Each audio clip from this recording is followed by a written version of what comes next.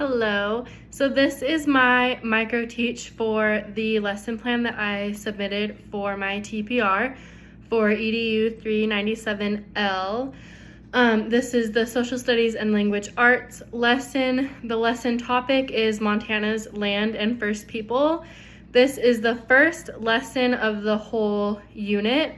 This lesson is a little bit more teacher-centered than student-centered, and I based this class off of the current 6th through 8th grade class at the school that I work at. So the standards-based objectives that I used are for social studies. Given a map, students will be able to analyze the map and answer 6 questions about the map with 80% accuracy. And then given a worksheet and the textbook, students should find definitions and complete a chart of resources in Montana with 90% accuracy. So the resources that I would use in this lesson and throughout the unit is the textbook Montana Stories of the Land, along with their companion website. And the teacher would need to use or look at the website before this lesson and make sure that the worksheets are printed and ready. And those worksheets will also be the assessment for this lesson, since it is the first lesson of this topic, along with any teacher observation. The students in this school have had multiple days and different times where they've had IEFA instruction and different lessons, so they do have a base knowledge that they're starting with already, along with things that they have gotten in previous classes. So I will get started on that lesson. All right, class, so we are going to go ahead and get started with our social studies, and we're going to go ahead and start with the whip around. So if I can have everyone standing at our seats. Remember, when we do our whip around, you are going to just say a short phrase or a word. You're going to call on someone who is still standing and then take a seat until everyone in the room is sitting, okay? And as we're going around, I'm going to quickly write down some things that you say on the board, and then we're gonna see what connections we can make afterwards, all right? So our topic is Montana's land. I'll give you maybe 20 seconds just to think of some things, probably give yourself a few different ideas. All right, and time is up, so let's make sure we are standing and ready for our whip around. Go ahead and you may start. We'll start here. Nice.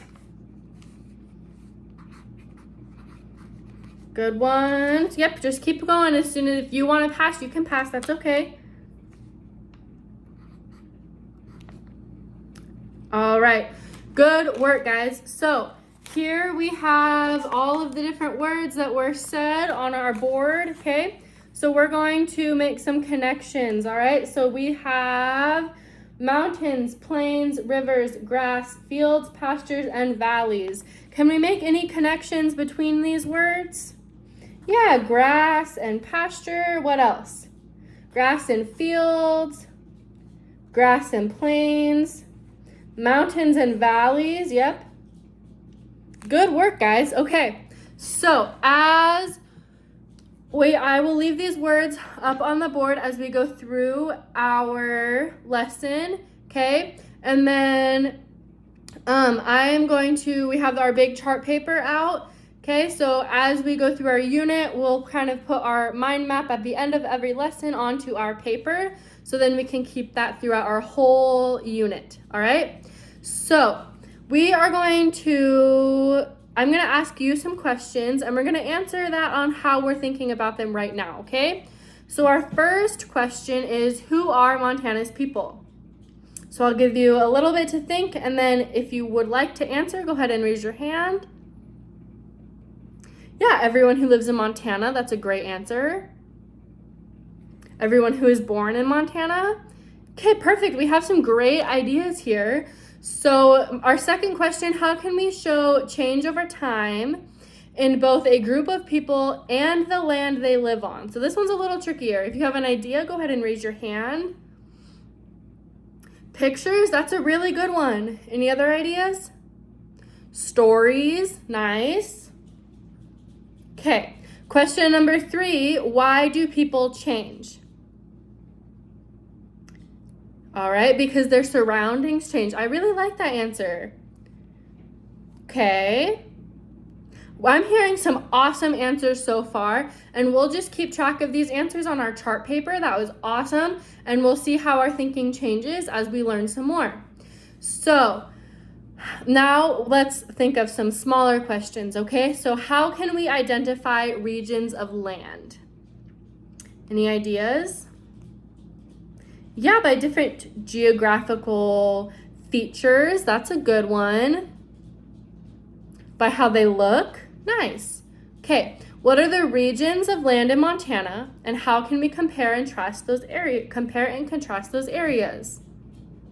Yeah, so we have mountains. What's another one that we might have? Plains. Yeah, so how can we compare and contrast those? We could use a Venn diagram. That's a tool that we could use. Yeah. Okay, and our third question, how can we use a map to find information? What does every map have or should have? Yeah, a key, or what is another word we can use for a key? A legend. Good job. So that can help us find information on a map and help label what's on the map. Good work. All right. So we are going to read as a group part 1, chapter 1 of our textbooks. So we are going to go ahead, when I say go, we're going to go grab our textbooks and then have a seat. And then as we are reading, we're going to read around the room. Everyone will get a chance to, if you would like to read out loud to your class, you don't have to. So go ahead and go grab your textbooks and then come back to your seat.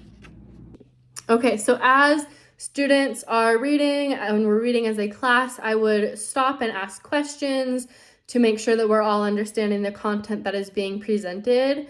And then after we were done with the reading, we would take a little brain break, probably watch like a guided dance video. So then that gives kids kind of something to follow along if they want to, or they just have time to sit and relax and give their brains a break. After that, we would get started with our activity, so I will go ahead and do that. All right, class, that was our timer for our brain break. So let's bring it back to our seats in 5, 4, 3, 2, 1. Nice. Okay, so we are going to go through some worksheets together, okay? So the first worksheet is map skills. We're going to use our map to find some information. And then our second worksheet is a chart, and you get to use your textbook on that one and find the information that they are going to ask you about. All right, and I will be walking around and asking you some questions and monitoring how you guys are doing, checking in with you. So if you have any questions, raise your hand or come over and find me, okay? And then for a closure of this lesson, I would end with the same essential questions and the higher order questions that we were asked at the beginning of this lesson. And then we would see how our thinking has changed looking at the answers that were written down on the chart paper from the beginning of this lesson to the end. And then we would end with another whip around where students would say a short phrase or a word about something that they learned during this lesson, and then that would be added to the class mind map for the day that would then be put on the chart paper that students would be able to use for the whole unit.